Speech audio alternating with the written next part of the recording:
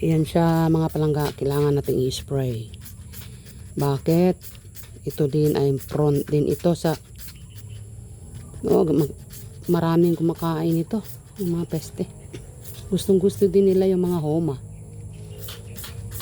Madali din masira yung mga dahon ng ating mga homa. Ito na yung bagong itinanim natin ng mga anthurium.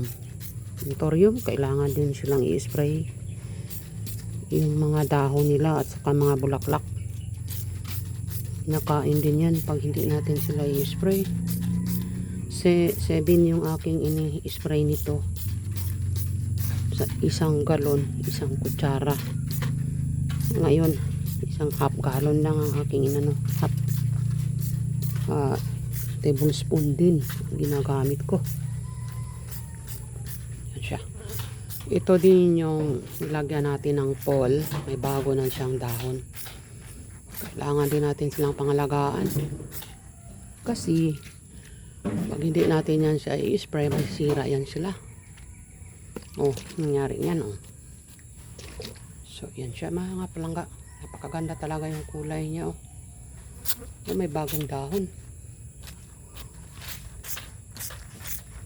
Ayan, so ito din ating unfall na pagkatapos na ulan. Yan, i-spray natin sila. Iba kanina yung aking post, napakaganda yung mga kulay niya. Nasa dahon yan ang ganda. Pag nasira yan ang dahon na wala na, hindi na sila maganda pag may kumakain na sa kanila. Kaya kailangan talaga bantayan din natin na hindi masisira yung kanilang mga dahon. Yan, i-spray talaga. So, yun. Kahit yung mga maliliit, oh. Saka ito.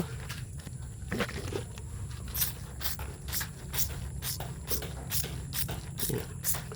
Cardboard natin.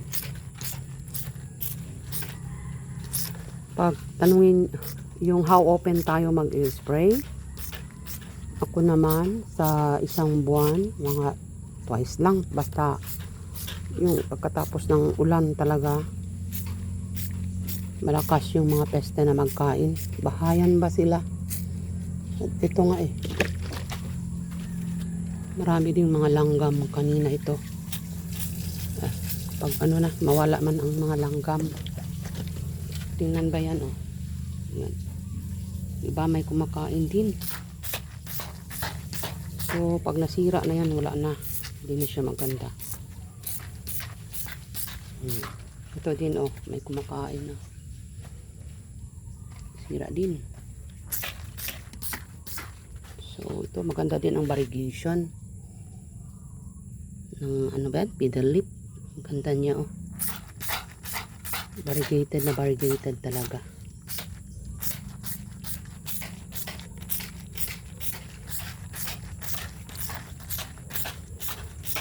Yan, mga bagong dahon. Kailangan natin i-spray yan.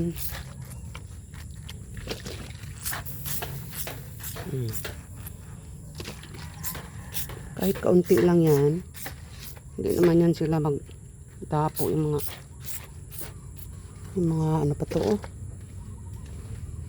Ito din oh. Na. Napakaganda ng kulay niya. Subay din. Kahit kaunti lang yan. Oh. Ito dito. Yung ating mga aglonema. Ito yung mga prone din sa peste ito. Kaya kailangan din silang i-spray. Ito yung bago kong inilipat last time. Kaya buhay na sila oh. Ito kasi mga aglo. O yan, sirang-sira oh. Itong mga aglo, gustong gusto sa morning sun. Nasusunog sila sa afternoon sun. Pag morning sun, makapaganda nila oh. Yan.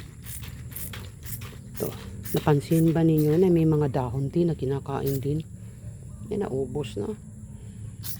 Sa isang gabi, pag meron niyang yung mga ano bang tawag niya na kumakain dito. So, minsan makita ko man yan, may mga uod tuwing umaga. Kaya, kailangan talaga nating tingnan. Masarap para sa kanila yung mga ganyan, no? Yung mga giant moonlight. Itong giant moonlight, ubos. Yan na lang ang natira. Kinain nila. Ito ding mga homa, gustong gusto din nila. Pinakain din nila ang mga homa. So, yun siya. Dito naman sa kabila, itong ating mga cardinal. Kailangan din i-spray. Ganda pa naman yung mga cardinal, oh. Ang ganda nila. Iyang sila, napakalaki yung pots nila. Itong Prince of Orange, napakaganda din ang ating Prince of Orange. Wala sila mga issues ang mga dahon, napakaganda. Yung ating Paraiso Verde. Yan ang Paraiso Verde. Napakaganda. Si Choco Empress, tingnan natin. Okay din. So, yun mga palangga. So, maraming pong salamat sa inyo. Sige, yan ang aking exercise ngayon. Gardening.